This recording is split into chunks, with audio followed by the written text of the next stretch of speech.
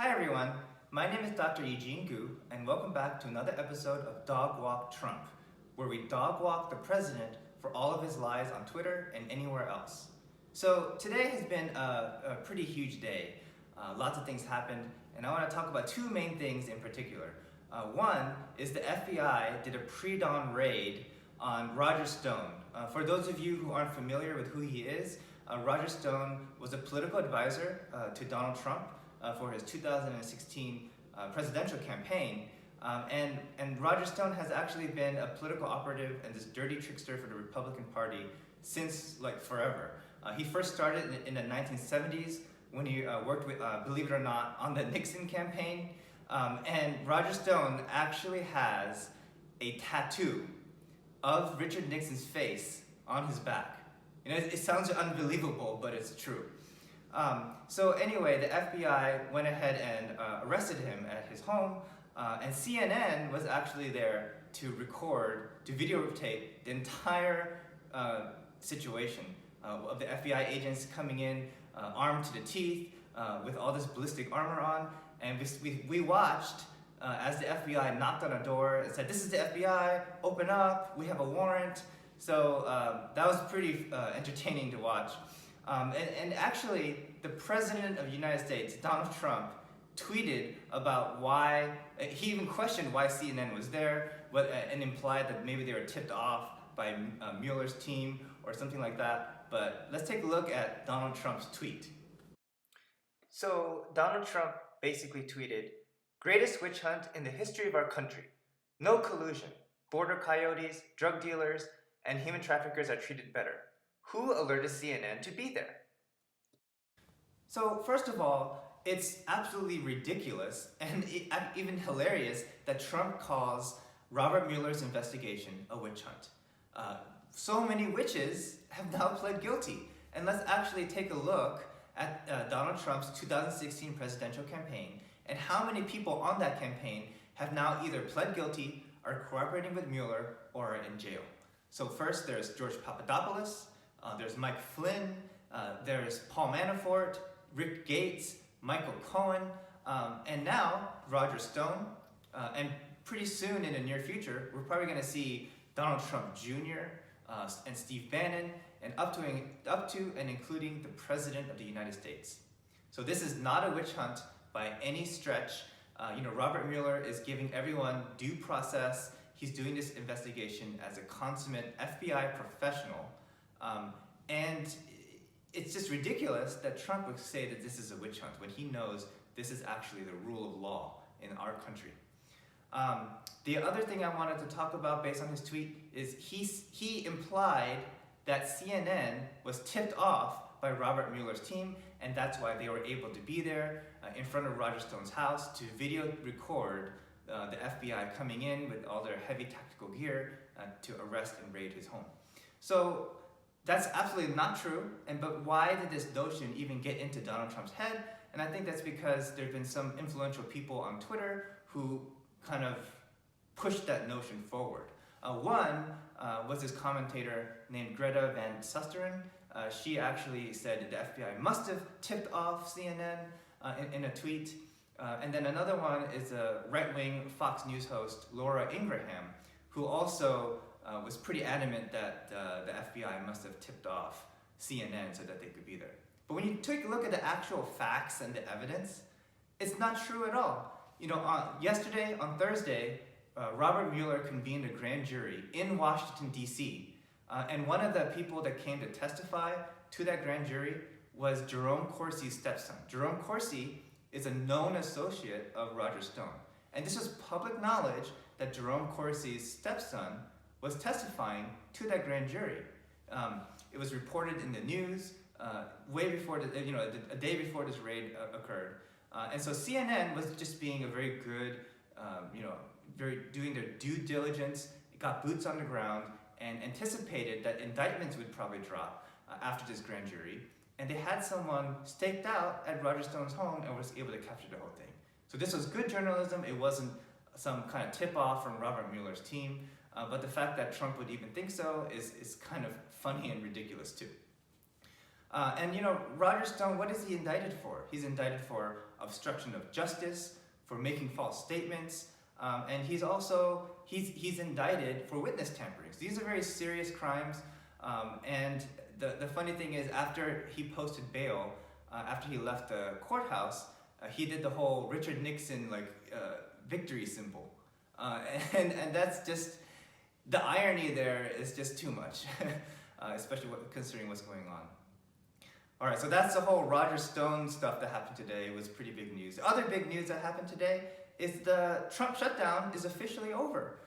So let's actually hear from President Donald Trump at the Rose Garden when he announced that he finally caved in to Nancy Pelosi's demand for a continuing resolution so that our federal employees and all of the government workers can be paid, and to table all the future discussions about the wall and everything else till February 15, and meanwhile funding the federal government. So let's hear from that speech that he gave today.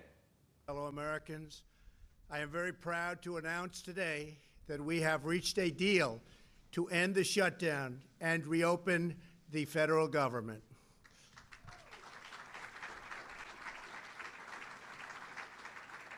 As everyone knows, I have a very powerful alternative, but I didn't want to use it at this time. Hopefully it will be unnecessary. So basically, Donald Trump got dog-walked by Nancy Pelosi. He lost this showdown, this very public showdown with our Speaker of the House. He held 800,000 federal employees and our nation's security hostage to have this racist, rusty scrap metal fence at our southern border. And he lost that fight very publicly in a humiliating way. And I think there are several factors for why Donald Trump basically backed down today. One is, it was probably very demoralizing for him to have his past associate, Roger Stone, get indicted and arrested by the FBI in a very public manner, right in front of everyone's news screens on CNN.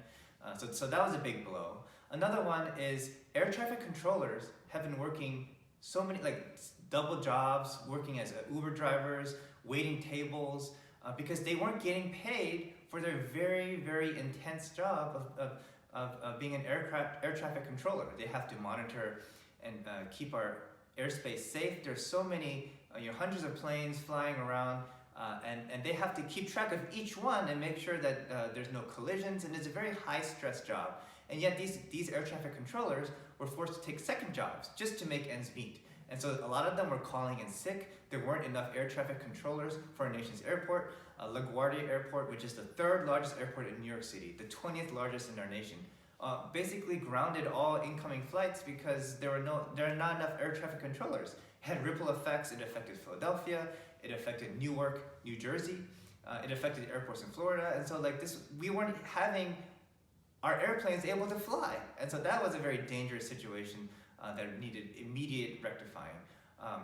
And I think maybe a third reason why Donald Trump might have caved is he's a very narcissistic guy, and he really wants to give his State of the Union address in the House of Representatives.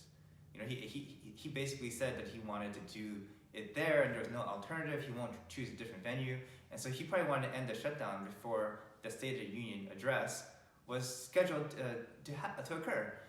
But the funny thing is, Nancy Pelosi, being the boss that she is, publicly stated that until there's an actual definitive end to the shutdown and not just a simple Band-Aid continuing resolution, she will not have Donald Trump give the State of the Union address in her house. This is literally her. She's Speaker of the House, and this is her house, and she's not letting Donald Trump in until the shutdown, until all these negotiations are definitively solved. So he's not getting that part of the bargain, which is kind of funny too. And then just how this episode and these series of episodes on YouTube, I've named it Dog Walk Trump. Dog walk is this term that I learned from Cardi B. She actually dragged Tomi Lahren on Twitter. They had this fight between them, and she totally destroyed Tomi Lahren by saying that I will dog walk you, and it was hilarious. She also made these other funny videos about Donald Trump, which went viral. And so the term dog walk became very popular. And so today, I said Nancy Pelosi basically dog walked Donald Trump by winning this shutdown fight, and I'm honored and kind of surprised and shocked that Cardi B actually quote tweeted me about that, and so that's been pretty cool. And hopefully maybe she can watch this YouTube episode. I doubt it, but you never know. So thank you, Cardi B, for the shout out. I appreciate it, and I'm honored. And to all my viewers and everyone, thank you for taking the time to watch, and whether you subscribe or not, whether you like the video or not, or even if you click that dislike button, I appreciate you taking the time to just listen to the news and listen to the opinions that I talk about. And this is a team effort. Like Donald Trump is a really scary dictator, and this is a scary time in our country. He might be declaring these national emergencies. He's a cornered demagogue because he's under a lot of legal pressure from Robert Mueller. And that's, while we may think that it's fun and entertaining, it's actually a very dangerous moment in American history. We have a president of the United States who's very stubborn, who has dictatorial tendencies, and who's under fire legally from the FBI. Who knows how this is going to turn out? So the reason why I think a lot of us are speaking out, myself included, many of you as well, is because we want our nation to have a good future. We want the rule of law to prevail. We want to have a president who respects the rule of law. We want to have a president who's not a criminal. So thank you for watching, and I hope to see you guys next time. All right, bye.